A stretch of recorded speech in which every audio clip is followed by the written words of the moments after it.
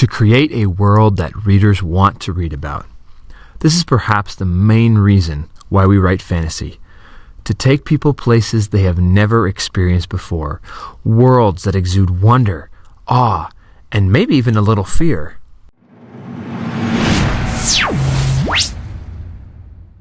We can think of the fantasy worlds created by master storytellers, worlds that have enchanted us, worlds that we wanted to get lost in. Perhaps after experiencing those places, we've thought to ourselves, why can't I make something like this too?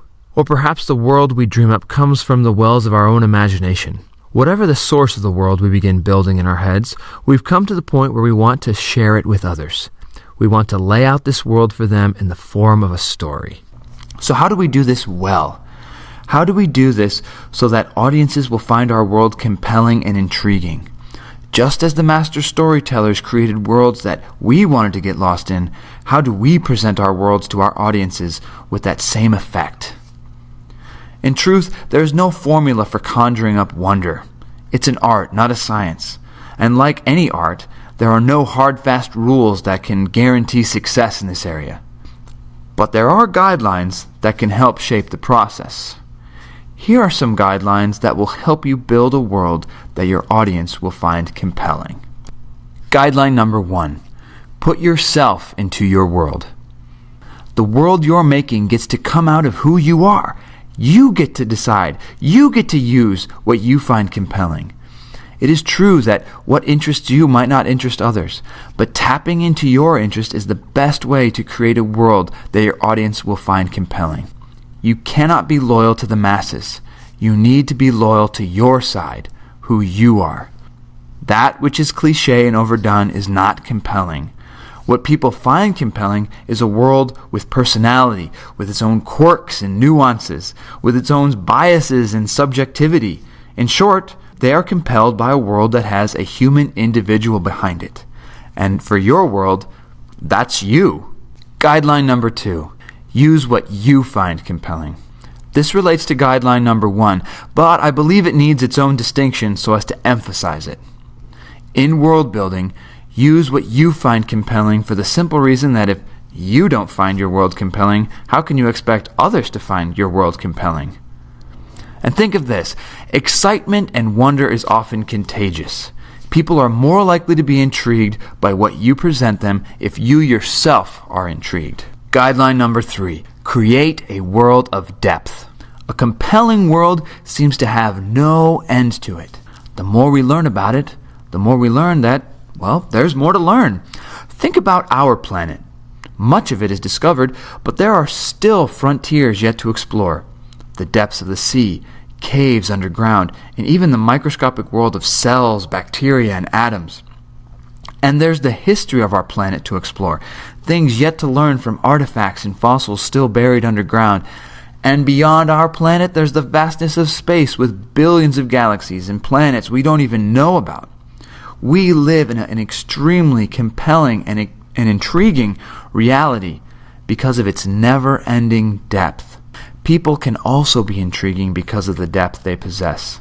Their complexity makes us want to learn more about them. And when we think we know everything there is to know about who they are, they surprise us by doing something that shows us there's more to them than what meets the eye.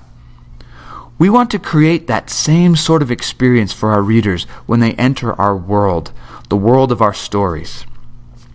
We want to show them a world that has more than what they see on the surface.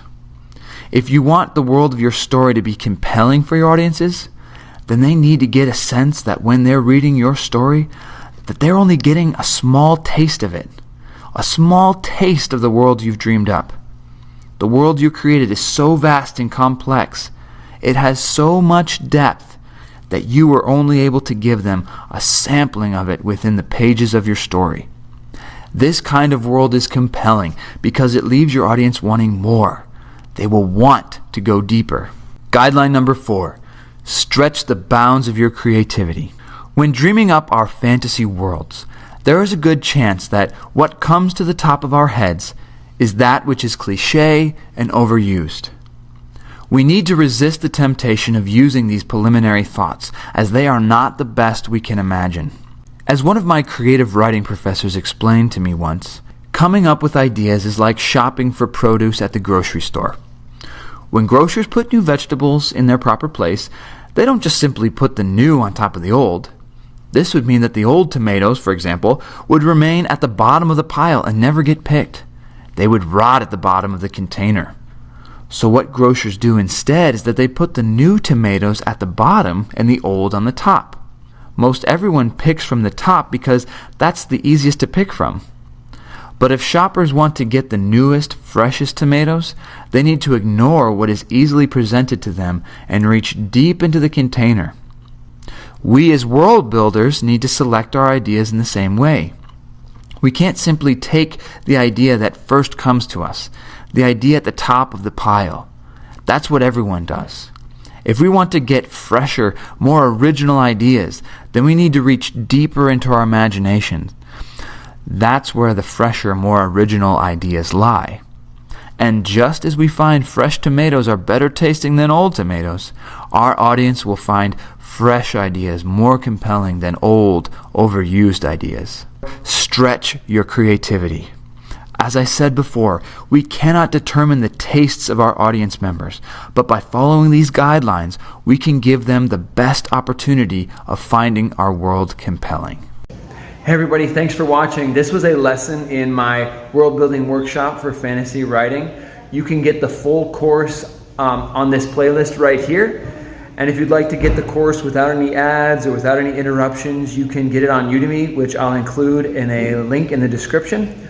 So again, thanks for watching and happy world building and happy writing.